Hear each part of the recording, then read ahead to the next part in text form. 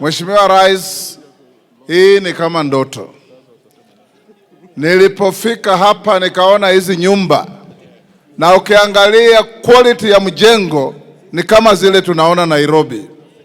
Super quality. Tena tumeona hii jeshi ya vijana wanafanya kazi hapa. Hawa vijana wamepata ajira kwa sababu ya huu mjengo ikitokana na maono yake. Ndugu zangu, tukiwa hapa leo, mkumbuke nchi itaendelea mbele kwa sababu ya maono ya viongozi. Kwa sababu viongozi wanataka kubadilisha nchi.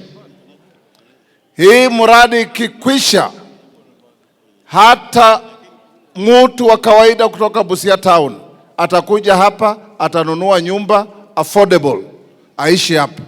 Aache nafasi tuzalishe chakula kule kwa mashamba. Na nyinyi ndugu zetu, tukiwa hapa leo na tukiongea mambo ya maendeleo, mjue ya kwamba maendeleo inatokana na quality ya uongozi.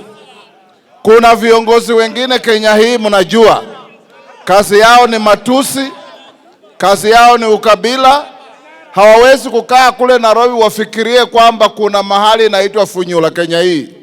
Hawawezi kufikiria kuna mahali inaitwa Nangina Kenya hii. Wao wanazunguka tu area moja. Rais amezunguka Kenya mzima.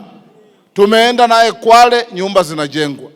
Tumeenda naye Wajir, nyumba zinajengwa.